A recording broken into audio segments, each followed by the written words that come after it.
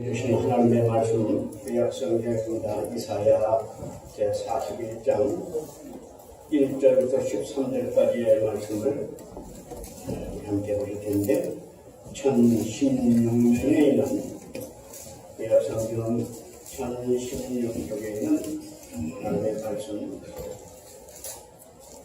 이사야 제41장 1절에서 13절까지의 말씀을 우리가 같이 함께 공독하시겠습니다. 함께 공독하겠습니다. 성들아 내 앞에 잠잠하라. 민족들아 힘을 세우게 하라. 가까이 나오라. 들고 나오라. 우리가 서로 단절에 가까이 나가자. 누가 공방에서 사람을 끼워서 공격을 불러 자기 사람에게 얘기하느냐. 열국을 그 앞에 넘겨주며 그가 왕들을 탓하게 그들이 그들의 칼에 뚫을 때에 그의 발에 우리는 죽게 하며 그가 그들을 쫓아가서 깨어나고 가지 못한 일을 안전히 이상하니 이 일만 해봐야 되냐. 누가 이루었느냐. 누가 처음부터 만드는데 얻느냐. 나 여호와라. 처음에도 나여 나중에 세상에 성을 보고 두려워하며 항상 무서워 떨며 함께 걸어서 각기 일수하며 그 형제에게 이르되 너는 짐을 내라 하고 목공을 금장실을 경배하며 왕수시로 그의 안전한 밀물을 경배하며 이르되 깨길이 전하니 그가 도시를 단단히 걸어 우상을 들이지 아니하였다.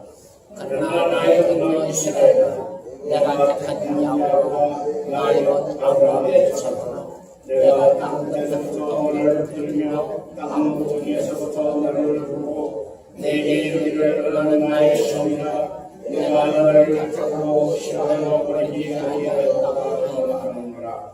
그러나 이러지 말라. 내가 너와 함께하리라. 놀라지 말라. 나는 내 하나님이니라. 내가 너를 붙이게 하라. 참으로 너를 도와주리라. 참으로 나의 의로운 오른손으로 너를 이끌리라. 나와 내게 노하는 자들의 수치를 당할 것이요 너와 다투는 자들의 암과 지키될 것이며 멸망할 것이요 내가 찾아보고 와서 자들을 당할 것이요 너를 치는 자들은 나와 도와주고 험한 것이 되니 이는 나 여호와 내 하나님이 내 전선을 들고 내게 이르기를 돌아오지 말라. 내가 너를 지키라. 아멘. 아멘. 성령의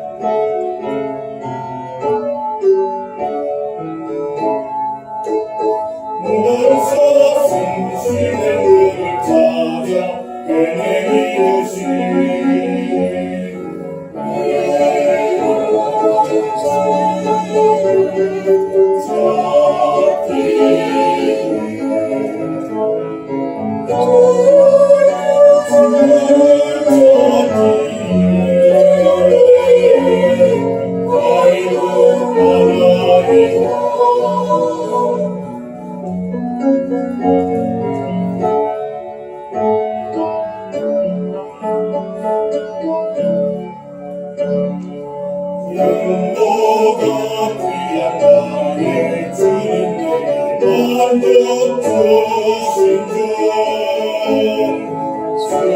주님만이 나의 꿈꾸던 나의 천국이 주님만이 나의 방패 나의 찬송아 나의 온전성 나와줘서 주님 경배합니다. 나의 온전성 나와줘서 주님 경배합니다.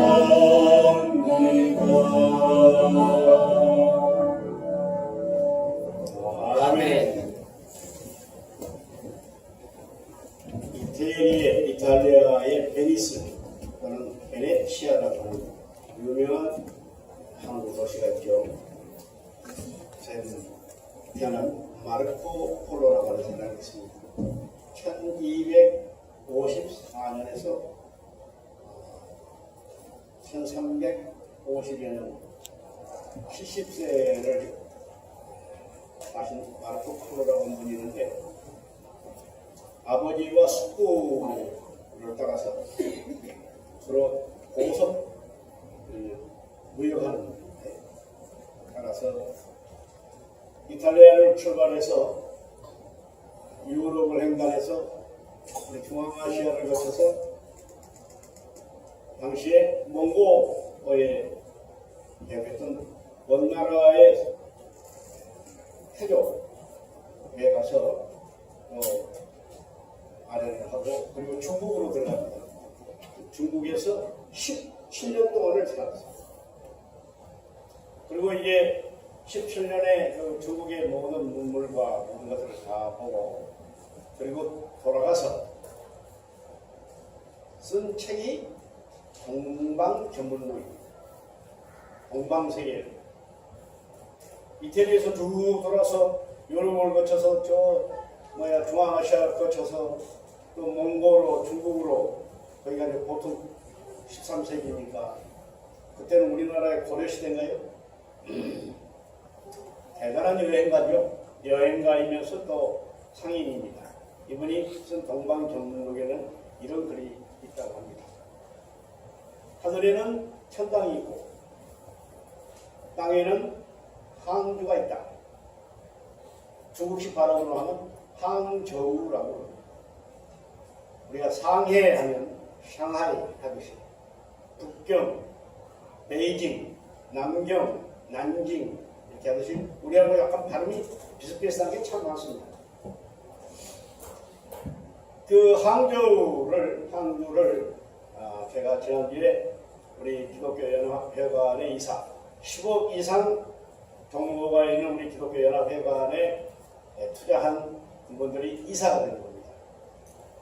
저희 교단은 우리 유진단에서 그곳에다가 상당히 많은 거의 40%에 가까운 그런 대주주가 되는 거죠. 제가.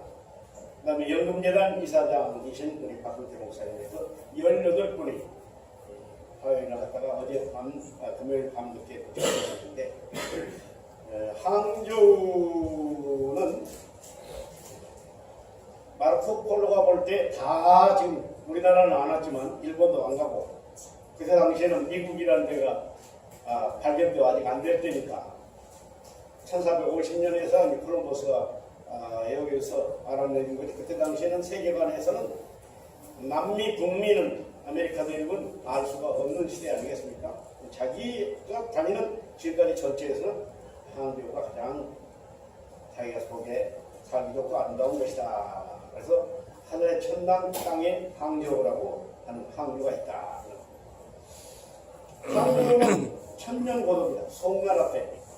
당나라 다음에 송나라, 송나라 다음에 원나라 다음에 명나라, 청나라, 그리고 지금의 중국 중화인민공화국이 되어가는 겁니다. 그 수도였습니다. 송나라, 남송의 나중에 송나라가 북송, 남송 같은 남송의 수도 300년의 송나라 시대를 풍미했던 항저우 시대가 된 겁니다. 우리 비행기로 1시간 40분 걸리니까요. 제주도까지 1시간. 그래서 제주도에서 40분 바다 건너가면 되는 것이니까 상해 우리 임시정부가 있었던 거 아닙니까? 상해하고 아주 가까운 곳에 있습니다. 항저우는 많이 너무 낮아서 이제는 지선의 시대에 큰 배가 들어오기에는 부적합하니까 그 바로 위에 있는 상해에다가 신도시를 건설하고 그리고 거대한 배들이 들어올 수 있도록 세계 무역 교역량 지금 세계 1위일 겁니다. 옛날에는 부산이 1위였는데 지금은 중국이 이렇게 산업화되면서 상해가 많은 걸 했고 지금도 항저우 인구는 800만 그리고 유동 인구가 1200만이고 거대한 도시입니다. 우리 인천광역시가 300만이니까요. 300만 좀 넘으니까 한번 생각해 보세요. 굉장히 큰 것입니다. 이 항저우를 중심으로 서 있는 성이 절강성이라고 합니다. 그러면 성이 중국에 몇 개냐면 23개입니다. 성 하나가 우리나라보다 더 큽니다. 인구도 많고 더 면도 큽니다. 그럼 우리가 중국을 알아야 되니까 중국은 우리 대한민국의 98배입니다. 우리 대한민국 면적의 98배에 해당되는 면적을 가지고 있고 인구는 28배입니다. 우리나라 인구의 28개의 나라가 있다고 생각하면 되고 땅은 98개가 되는 나라가 있다고 생각하면 됩니다. 저 북쪽에 흑룡강성에서부터 제일 남쪽에 있는 하이난섬 그 밑에까지 하면 베트남하고 국경까지 가면 아열대, 온대, 한대를 모두 포함하고 있는 그곳입니다. 자, 이 10년 전에 갔던 중국하고 지금의 중국인 엄청나게 그때는 전 도로가 오토바이와 자전거였는데 자전거 부대였는데 지금은 다 사라지고 전부 자동차로 그 중에서 제일 많은 자동차가 우리나라 자동차입니다. 현대와 기아 그 외에 독일 뭐 여러 제품도 있지만 이제 중국도 생산해내니까 중국의 자동차도 이제 많이 생산해요. 택시는 보니까 거의 현대차예요. 얼마나 기분이 좋아요. 일본 차는 구경할 수가 없습니다. 우리나라보다 더 중국 사람들이 일본을 싫어합니다. 왜요? 2차 세계대전 태평양 전쟁이 너무나 많은 중국 사람들을 학살, 민간인을 난징, 남경 대학살 사건 같은 30만 명의 민간인을 이유 없이 죽였어요. 그 한이 중국 사람들이 굉장히 깊이 남아있는 거예요. 될 수 있으면 그래서 일본 물건이나 일본을 그래서 그 많은 세계 가까운 데서 모여드는 항저우의 관광지에 일본 사람은 찾아볼 수가 없을 정도로 신기합니다. 이런 지금 폴대에 놓여 있어요. 이 국제관계 속에서 어떤 긴장관계인가를 우리가 한번 살펴보겠습니다. 항저우에는 세계적인 당시의 시인 백낙천과 소동파라고 하는 두 사람이 그 시작을 하면서 자연 호수에다 인공 호수를 파가지고 그 인공 편안성으로 산을 만들고 거기다 별장을 짓고 만들어는 서쪽 호수라는 뜻입니다. 서호라고 하는 유명한 호수가 있는데 중국의 10대 명승지 가운데 첫 번째로 꼽는 곳입니다.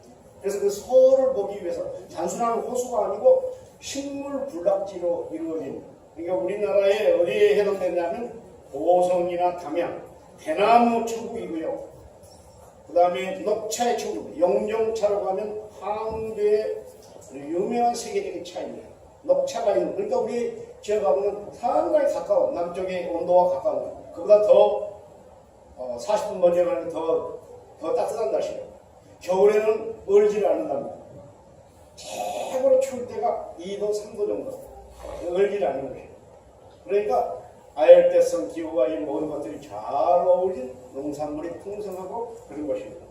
이제 효도 관광 가실 때면 제주도는 많이 가셨으니까 항저우 한번 모시고 가면 1시간 40분밖에 안 걸리니까 한번 가셔서 송나라의 문명도 보고 그리고 참 감동받은 것은 연극과 영화와 또 이 모든 것들을 다 복합적으로 한 천년 왕국의 그 역사를 중국의 역사를 쭉 보여주는데 큰 도움이 됐습니다.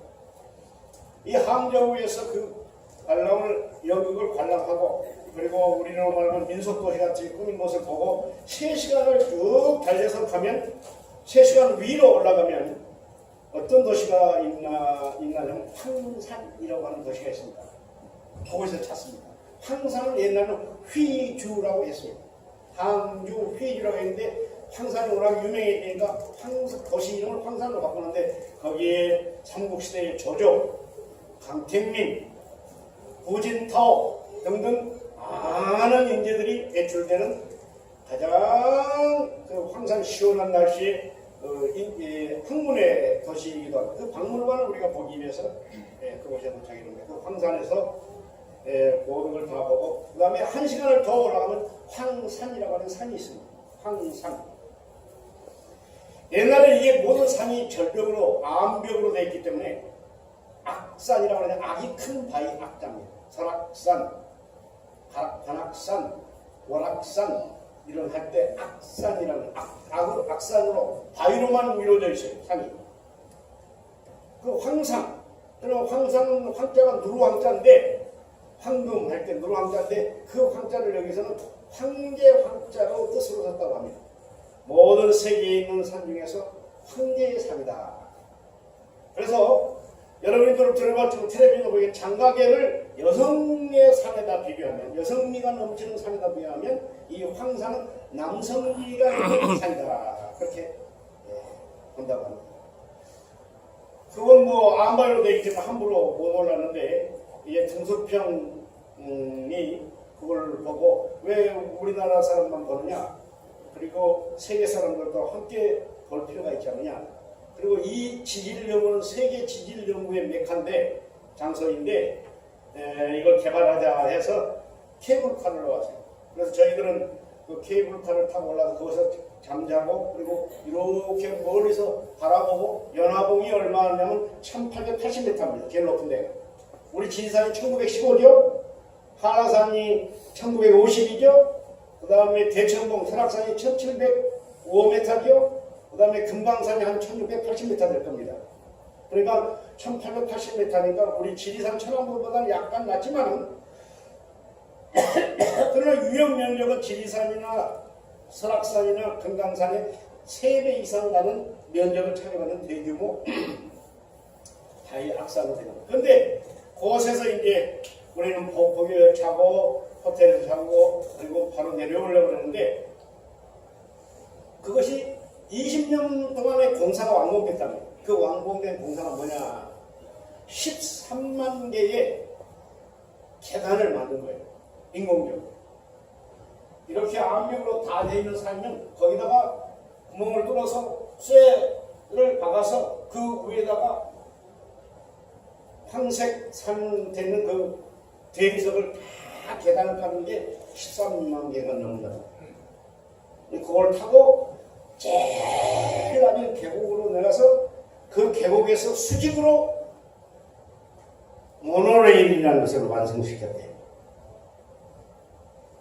그래서 그 모노레일을 타고 가서 또 1시간 반을 걸어내가면 그다음에 또 뒤쪽으로 내려가는 그걸 뭐라고 케이블카를 또 모았다. 그래서 야 이거 왔으니 우리가 돈을 좀 다 출금을 해서 전체를 다 보자 해가지고 계단을 타고 내려가서 그 다음에 또 수직으로 올라가는 모노레일을 타고 또 1시간 반을 걸어서 그리고 이제 뭘 합니까? 그걸 뭐라고 했지? 케이블카를 타고 또 내려오는 거. 그래서 앞뒤를 다 보는 시간을 교정을 해가지고 이왕 왔으니까. 그래서 제 생각에는 82세 되신 장모님도 가셨거든. 김용재 장모님이라고. 장모님은 30년이 넘게 여행사를 운영하셨대요. 근데 그분이 다 조정을 해가지고 성지 순례만도 10번을 넘어갔답니다. 그분이 조정이 하는데 82세인데 그분이 가이드예요. 그분 따라가느라고 혼났습니다. 그러니까 다른 곳 가셔서 케이블카 타서 그 보면 되는 거니까 한번 효도 관광해서 나 황산 좀 보내주라. 우리 권사님들 좀 하셔가지고 돈 모아가지고 자기들이 한 몇 년 모으면 될 거예요. 한 100만 원이면 돼요. 그러니까 해서 한번 황산 한번 보셔야 세상을 이 지구상에서 악산 큰 마약산으로 만든 전부 버블과 돌덩어리로 되어 있습니다. 설악산이나 금강산 이렇게 가서 보면 또 이게 바위로 또 거기에 수목이 있는데 계곡 쪽에는 소나무라고 이렇게 다 소나무로 이루어져 있지만 그 산 자체는 돌로 이루어진 500m, 600m, 1000m가 돌로 이루어져 얼마나 어마어마한가요. 그걸 계산을 다 놨다니까요. 한번 가서 보시고 텔레비전에 나왔다고 난 못 봤습니다만 항상을 한번 보시면 됩니다. 제가 엄청나게 고생해서 갔다 왔기 때문에 설명이 되는 거예요. 나도 여행 갔다가 또 그렇게 고생. 그래서 그 다음날은 온몸이 몽둥이로 많이 것처럼 아파가지고 내 집에도 못 가는 거 아닌가 했더니 하나님께서 또 그렇게 하셔서 오늘 이렇게 강단에서 말씀을 전하게 됩니다. 할렐루야. 네. 여러분은 항상 다녀오신 거예요. 비싼 돈에서 고생해서 가실 필요 없고 그런 산이 있는 거다. 금강산을 3개, 설악산을 3개 이상, 지리산을 3개 이상 넓은 면적의 돌멩이가 그렇게 수없이 많은 돌멩이들로 이루어진 산인 것 같다. 이렇게 한번 생각하시면서 한번 생각해 보시면 참 좋습니다. 저는 그 산에 올라서 오늘 본문을 성경을 제가 가져왔는데 한번 읽었어요. 저는 이 말씀을 참 깊이 생각하는데 하나님께서 여러분 이스라엘이라는 나라가 얼마나 제국의 틈 사이에 제국이 뭐예요? 큰 나라들 말하는 제국주의라는 게 뭐냐? 여러 나라를 침범한 로마 제국, 러시아 제국. 제국이라는 게 뭐예요? 남은 영토를 빼앗아서 토지를 넓히는 나라 아니에요? 수많은 제국의 틈 사이에서 언제나 자기가 독립국가를 가진다고 하는 것은 다윗왕 이후에 아수르 제국에게 바벨론 제국에게 멸망하였다니 언제나 그 이유는 전부 식민지였어요. 이제 1948년에 독립국가가 된 거죠. 그 전에 큰 제국이에요.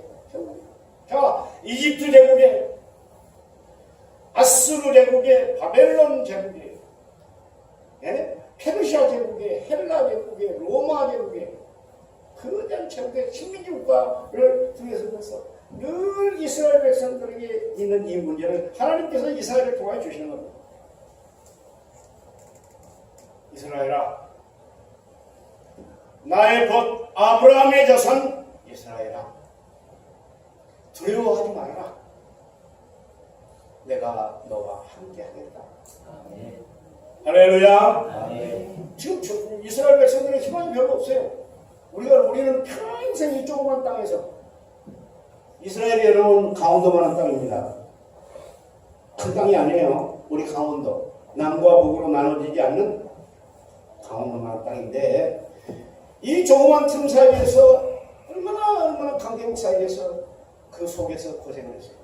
사실 우리나라도 강대국 사이에서 고생 많이 했죠. 수나라, 당나라부터 시작해가지고 중국, 러시아, 일본, 미국 이 강대국 사이에서 우리는 그리고 유일한 세계 분단 국가예요. 6.25 전쟁을 우리가 겪은 지금 올해가 66주년 됐나요? 1950년이니까. 그래서 지금도 뭡니까? 휴전선이에요. 종전선이 아니에요. 전쟁이 끝난 선이 아니라 전쟁을 지금 쉬고 있는 거예요. 휴전선이. 종전선이 되면 좋겠습니다만 지금도 아직 전쟁이 쉬고 있는 상태예요. 북쪽은 북쪽대로 군비를 확장하고 핵무기를 만든다고. 그럼 우리는 어떻게 해야 됩니까? 방어를 해야 돼요. 이 긴장 관계 속에서 이루어져 있어요. 항상 이 틈사이 속에서 고통당하는 이스라엘 백성들을 향하여 하나님께서 이스라엘을 보내셔서 말씀을 주시는 거예요.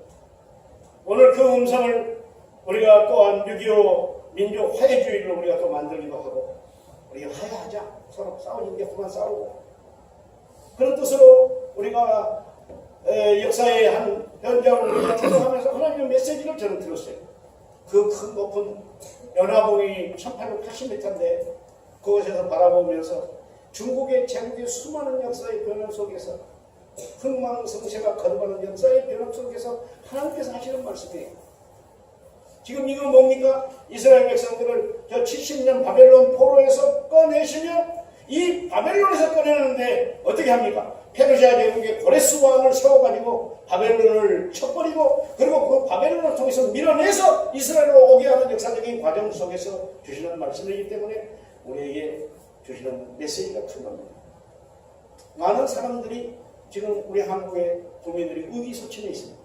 첫째, 지금 조선업이 우리나라의 주력 산업이었던 세계 1위에서부터 7위까지의 현대, 삼성, 대우를 비롯해서 조선업이 지금 굉장히 지금 흔들리고 있잖아요. 세계적인 경쟁이 불안한 거 있지만 제일 큰 원인이 중국 때문입니다. 중국의 대련을 가서 보면 그 조선소를 봤는데요. 어마어마합니다.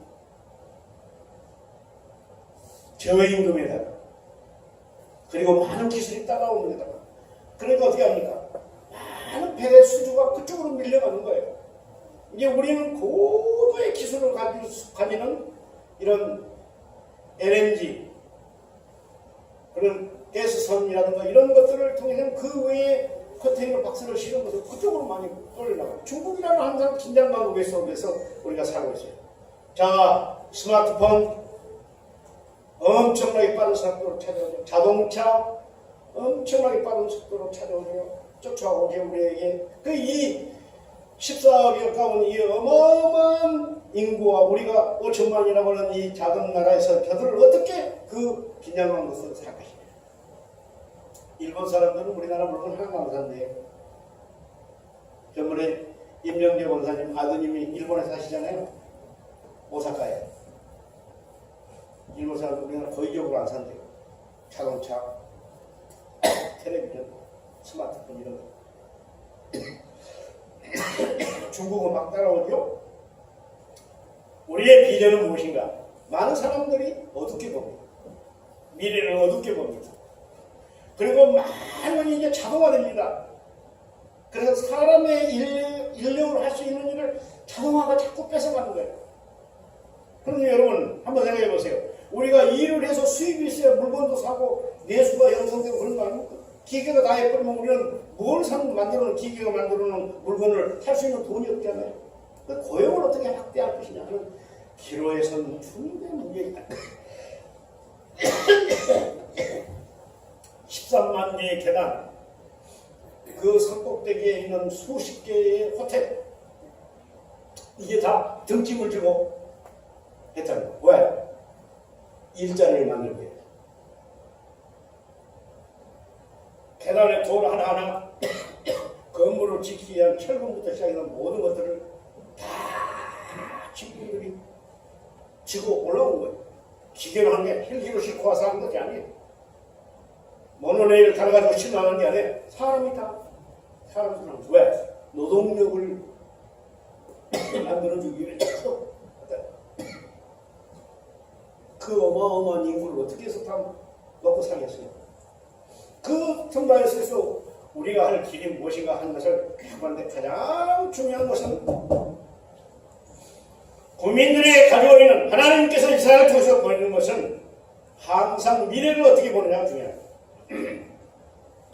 미래를 부정적으로 비관적으로 보면 희망이 없습니다. 지금 현재의 기술이다 뭐다 가지고 지금 그런 것에만 집착이다 하면 미래를 우리가 어떻게 보느냐 하는 것이 굉장히 중요합니다. 미래를 비관적으로 부정적으로 환멸적으로 보는 세 가지 특징이 있다고 합니다. 첫째, 자신의 문제를 영구적인 것으로 생각하는 착각을 일으키는 현상입니다. 나 하나의 문제는 부분적이고 일시적인 것이지 이것이 마치 영구적이고 전체적인 것은 아니라는 것입니다. 내가 실패하면 모든 게 세상이 다 실패하고 그런 것은 아니라는 겁니다. 내가 실패할 수도 있고 실패할 수도 있고 실수할 수도 있고 있지만 그러나 이 과정을 통해서 하나님께서는 더 큰 처음을 만드는 연단의 과정이라고 하는 것이 성경이 우리에게 이사야를 통해서 주시는 겁니다.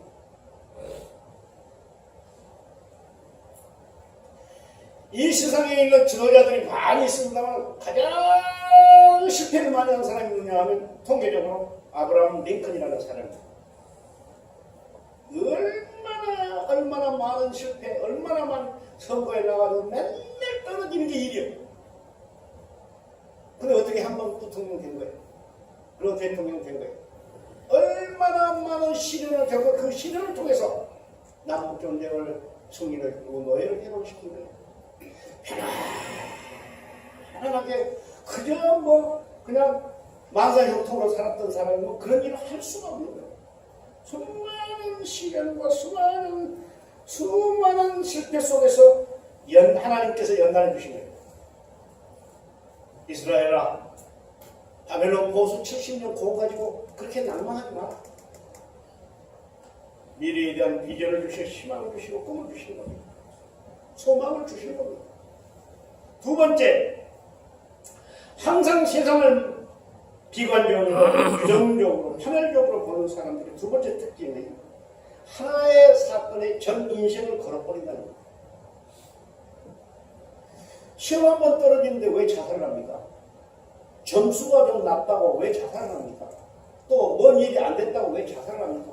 또 사업에 좀 실패를 했다고 왜 자살을 합니까? 왜 자살이 우리나라의 인구 전 세계에서 이렇게 자살 비율이 세계 1위예요 지금? 하나의 사건을 가지고 전체를 다 봐버린 거예요. 그거는 그거의 실패는 그거. 거기서도 머무는 거예요. 떨어지면 떨어지는 거예요. 떨어질 수도 있는 거잖아요. 사업을 해서 또 안 될 수도 있는 거잖아요. 모든 게 다 100번이 되라는 법은 없잖아요. 수많은 과정 속에서 오늘 우리나라가 이만큼 왔잖아요. 세 번째, 자기 자신을 세계와 대등하게 본다는 겁니다. 그 말은 무슨 말이냐? 내가 된 일이면 세계와 전체와 다 연결해버린 거예요. 내가 실패했다고 세상이 다 실패한 건 절대 아니에요. 하나님의 뜻은 다른 게 있어요. 제국의 흥망성쇠상도 다 있지만 송나라가 망했다고 세상이 망한 게 아니에요. 원나라가 망했다고 다 세상이 있는데 명나라가 있고 청나라가 있고 청나라가 망했다면서 또 있는 게 아니에요. 오늘의 중화인민공화국을 만들었어요. 중국 사람들은 등소평을 참 존경한답니다. 키는 나보다 훨씬 적습니다. 근데 이 사람이 이 공산주의라고 하는 무서운 틀을 확 깨버립니다. 땅을 제어하는 모든 것을 수고와 노력의 대가에 의해서 자본주의의 그 원정신을 받아들입니다. 어마어마한 겁니다. 만약 계속 공산주의 틀로 묶어버렸으면 아마 오늘의 중국은 이루 헤아릴 수 없는 빈곤국가가 됐습니다. 다 1980년대에 개방해버린 거예요. 종교도 쫙 개방해버린 거예요.